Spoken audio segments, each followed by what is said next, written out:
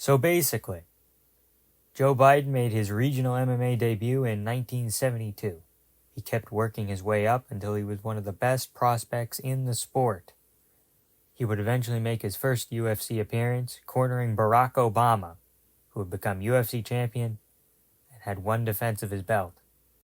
Barack used a lot of flashy kicks and other bold techniques, whereas Joe Biden was always a calm, calculated coach. This contrast allowed them to work well as a team and caused them to become very well liked. Well liked except for one particularly angry man. Donald Trump had been a kickboxing star for a long time, an adjacent field that many didn't think would translate to the world of MMA, especially on the biggest stage, the UFC. Lots of people said that Trump should have started out in a regional promotion first and worked his way to the UFC. When he first arrived at Republican Top Team, many other fighters didn't feel like he deserved to be there, let alone fight for the UFC title, especially in his first fight. But Trump used a tremendous amount of fan support to catapult him into the #1 contender spot. Being an outsider allowed Trump to see things in a different way.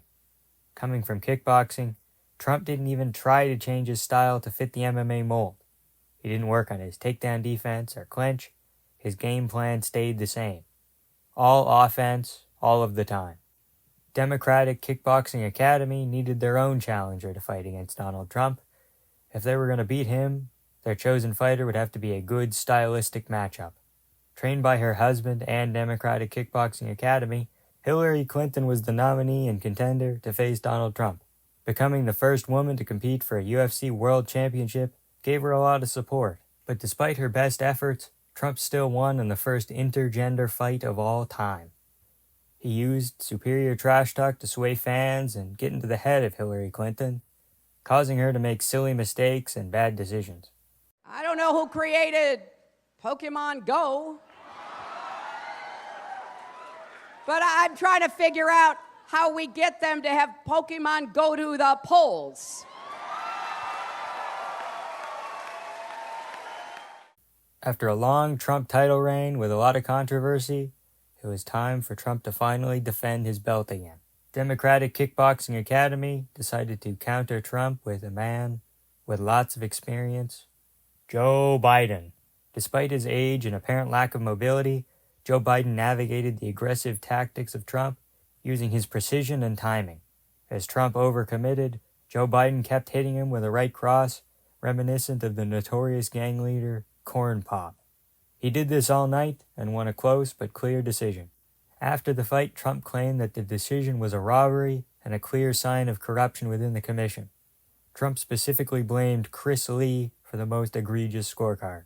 He even appealed to the commission to no avail. Many of his fans attempted to rush the apex in an attempt to overturn the decision, and also because they hated Apex fight nights. As we drew closer to Joe Biden's first defense, there were a lot of rumors about who his first challenger would be. Would Trump get his long-awaited rematch, or would a new member of Republican Top Team get their moment to shine? No, Trump's back, but he feels different now. The trash talk wasn't quite where it needed to be, and the overall vibes felt different. Both men are getting increasingly close to the age of 35, and as we know, their chances of winning a championship, or even making it to the fight, go down drastically. One day, Trump was training for his long-awaited rematch with current champion Joe Biden. As like every other day, Trump was hard at work. Today was a sparring day, and when he arrived to his local gym, he decided to partner with someone new. Only 6 minutes into the sparring session, his partner went rogue, throwing elbows and knees with no pads, and he had a serious intent to injure. One elbow even nicked the former champion's ear. The fight was quickly broken up and his partner was kicked out and subsequently banned from Republican Top Team. At the time, this put Trump's upcoming fight in jeopardy, but it seems as though he will still be able to compete on the scheduled date. Many betting analysts believe that Trump can win against Biden in a rematch. Trump feeds off the energy of the fans, and surviving what could be a career-ending incident just seemed to increase his likelihood of winning. On the other side, there have been rumors of Joe Biden potentially getting pulled out of his scheduled fight, in which case a replacement must be chosen immediately.